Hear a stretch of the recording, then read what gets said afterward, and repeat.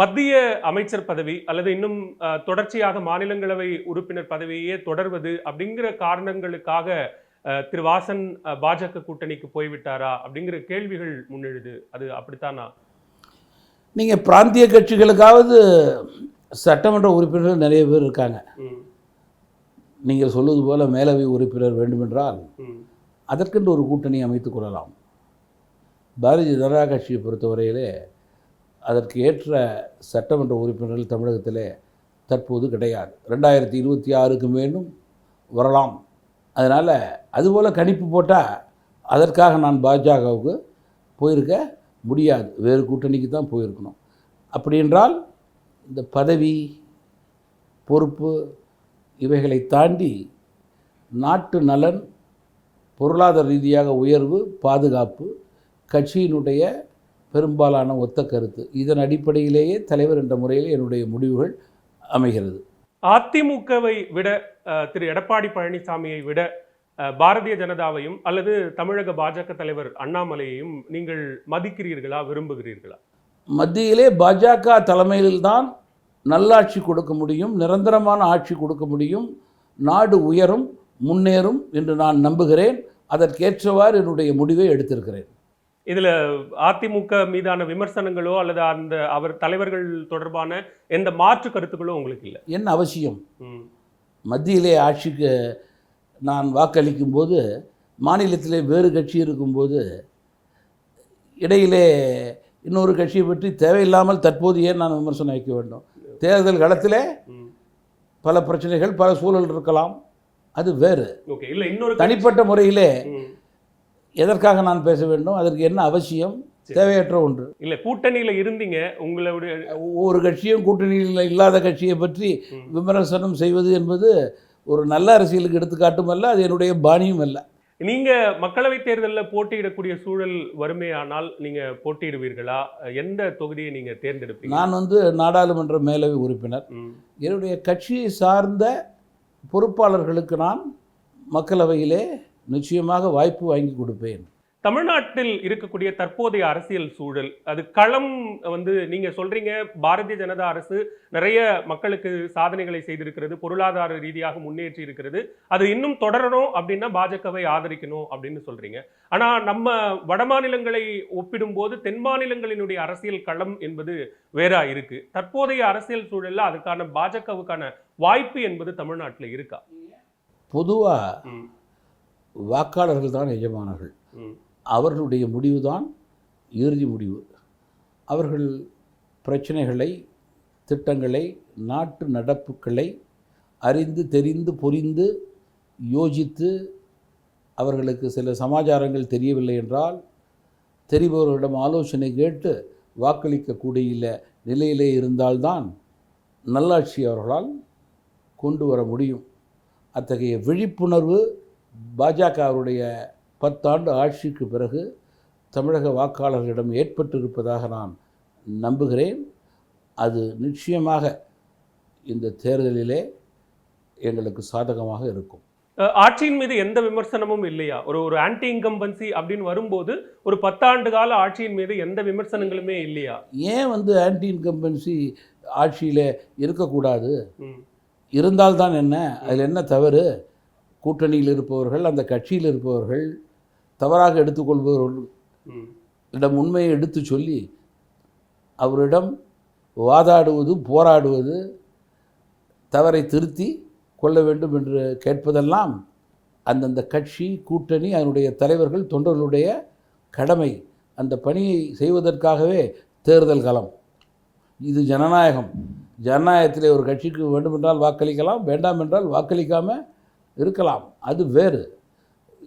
ஒரு கட்சி 100% சரி என்று எல்லோரும் நினைத்து விட்டால் எதிர்கட்சிக்கு அவசியமே இல்லையே. அதனால் ஆன்டி இன்கம்பன்சிங்கிறது ஏன் இருக்கக்கூடாது? அதில் என்ன தவறு? நல்ல ஜனநாயகம் தான் அது. நீங்கள் இப்போ இந்த ஆட்சி தொடரணும் அப்படிங்கிற ஒரு சூழலில் அது ஆன்டி இன்கம்பன்சி இருக்கணும் அப்படிங்கிறதெல்லாம் சரி, பாராளுமன்ற தேர்தல் அடிப்படையில் இந்த கூட்டணி முடிவு எடுத்திருக்கிறோம்னு சொல்கிறீங்க. அடுத்து 2026 சட்டமன்ற தேர்தல், அப்போது அந்த கூட்டணி முடிவு மாற்றத்திற்கு உட்பட்டது அப்படின்னு பார்க்கலாமா? இன்னும் சொல்லணும்னா continuation of the previous question, anti incumbency என்னுடைய ஹிஸ்ட்ரியை நீங்கள் பார்த்தீங்கன்னா, I personally feel the 10 years of the BJP government under Narendra Modiji என்றைக்கும் இல்லாத அளவுக்கு you will find a very minimum anti இன்கம்பன்சின்னு என்னுடைய personal feeling. I think that is going to help the government this time. Unfortunately there is no leader at all for the opposition.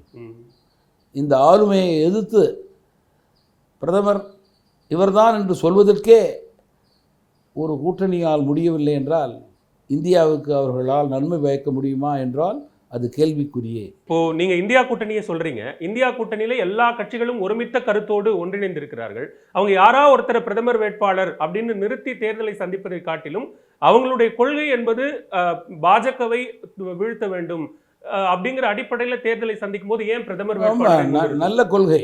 நாட்டினுடைய நலன், பாதுகாப்பு, பொருளாதாரத்தெல்லாம் தாண்டி பாஜகவை தான் எதிர்க்க வேண்டும் என்று சினிமாவை போல அவர்கள் அரசியலை நினைத்து நாட்டை தேர்தலை விளையாட்டாக அவர்கள் நினைக்கக்கூடும் என்றால் வாக்காளர்கள் அவர்களுக்கு சரியான பதில் கொடுப்பார்கள்.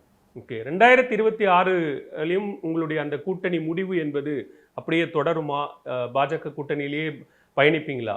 ஏன் மக்கள் மத்தியிலே 50 வருடங்களுக்கு பிறகு ஒரு மாற்றம் ஏற்படும் என்ற நம்பிக்கையோடு தான் இந்த கூட்டணியில் இருக்கும். ஏன் ஏற்படக்கூடாது? ஏன் தமிழக மக்கள் தொடரும் அப்படின்னு புரிஞ்சுக்கலாம். நிச்சயமா நல்ல மாற்றம் ஏற்பட வேண்டும். இந்த கூட்டணி வெற்றி பெற வேண்டும். இந்த கூட்டணியினுடைய தொடர்ச்சி தமிழகத்திற்கு வளமான தமிழகத்தை ஏற்படுத்தக்கூடிய அடித்தளத்தை ஏற்படுத்த வேண்டும் என்ற நல்லெண்ணத்தின் அடிப்படையிலே தானே நான் கூட்டணியில் இருக்க முடியும். ஓகே, நீங்க எந்த கூட்டணி அப்படின்னு முடிவு பண்றதுக்கு முன்னாடியே உங்கள் கட்சியினுடைய சைக்கிள் சின்னத்தில் தான் போட்டியிடுறது அப்படிங்கிற ஒரு முடிவில் இருந்தீங்க. அது தொடர்பாக நீதிமன்றம் வரைக்கும் போனீங்க. இப்போவும் அதே முடிவில் உறுதியாக இருக்கீங்களா? பாஜக கூட்டணியில் தாமரை சின்னத்தில் தான் போட்டியிடணும் அப்படிங்கிற ஒரு சூழல் வந்தால் உங்கள் முடிவு என்ன? இது ஒரு கட்சியை பற்றி நாம் தவறான ஒரு தகவலை வெளியிலே கூறக்கூடாது. அதை பற்றி அவர்கள் நினைக்கவும் இல்லை, யாரிடம் பேசவும் இல்லை. காரணம், இந்தியா முழுவதும் பல்வேறு கட்சிகள் பாஜகவோடு தொடர்ந்து கூட்டணியில் இருக்கிறது. பல்வேறு சின்னங்களிலே பல்வேறு கட்சிகள் போட்டியிடுகிறது. ஒரு கட்சியோடு இன்னொரு கட்சி அவர்கள் சின்னத்திலே தான் போட்டியிட வேண்டும் என்று அந்த கட்சிக்கு விண்ணப்பம் வைத்தால் அது அந்த கட்சி முடிவை செய்ய வேண்டிய ஒன்று. தமாகாவை பொறுத்தவரையிலே சைக்கிள் சின்னம் என்பது ஆழமாக எங்களுடைய தலைவர்கள், தொண்டர்கள் மத்தியிலே பசுமரத்தாணி போல பதிய வைத்திருக்கிறார்கள்.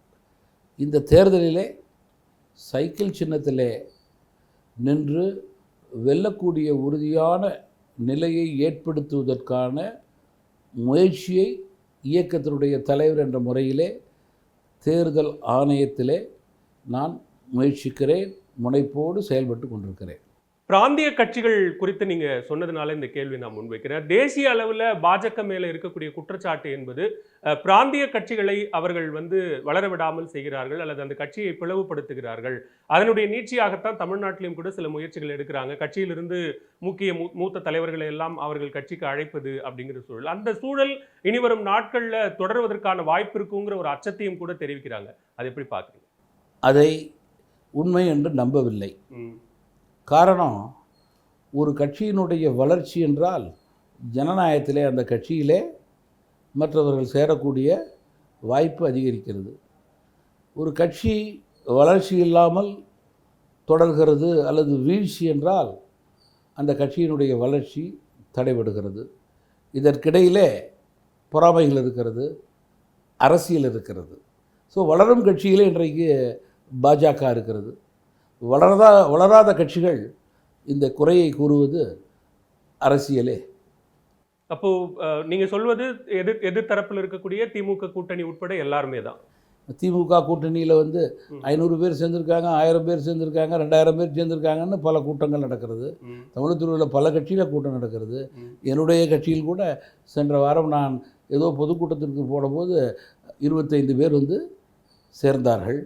அதனால் ஒரு கட்சியில் யாரும் சேரக்கூடாதா? பொறுப்பில் இன்னொரு கட்சியில் இருக்கிறவங்க சேரக்கூடாதுன்னு எதாவது கட்டாயமா?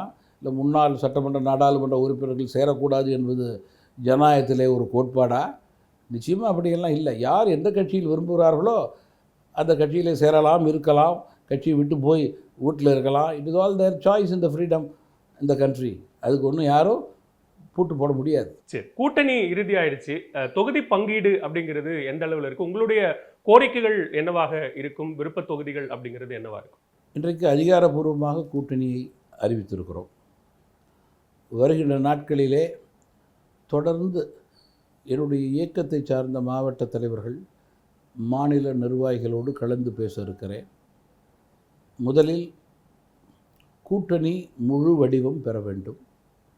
அதற்கு பிறகு எந்த தொகுதியிலே எந்த கட்சி வலு, எந்த வேட்பாளர் பிரபலம், எதிர் வேட்பாளரை எதிர்த்து யார் வெல்லக்கூடிய வாய்ப்பு இருக்கிறது, இவைகளெல்லாம் ஆலோசனை செய்து ஆராய்ந்து பார்க்க வேண்டிய ஒன்று. வருகின்ற நாட்கள் அந்த பணியைத்தான் கட்சி தொடர்ந்து செய்ய இருக்கிறது. பாஜக ஒரு கோட்பாடு வைத்திருப்பார்கள் கூட்டணி கட்சிக்கு, அதற்கேற்றவாறு பேச்சுவார்த்தைகள் நடைபெறும் என்று நம்புகிறேன். இப்பவும் கூட பாஜகவினுடைய மேலிட பொறுப்பாளர் அரவிந்த் மேனன் யார் வேண்டுமானாலும் பாஜகவுக்கு வரலாம் அப்படிங்கிற ஒரு ஓப்பன் கால் அழைப்பை விடுக்கிறார். எந்தெந்த கட்சிகள் எல்லாம் இன்னும் பாஜக கூட்டணியில தமிழ்நாட்டிலிருந்து இணையும் அப்படின்னு எதிர்பார்க்குறீங்க? நாட்டினுடைய நலன் கருதும் அத்துணை கட்சிகளும் பாஜகவோடு இணைய வேண்டும் என்பது தமாகவின் வேண்டுகோள் கூட. மிக்க நன்றி. பல்வேறு கேள்விகளுக்கும் பதிலளித்தமைக்கு நியூஸ் 18 சார்பாக மிக்க நன்றி. Thank you sir. மீண்டும் மற்றொரு நிகழ்ச்சியில் சந்திக்கலாம். நன்றி, வணக்கம்.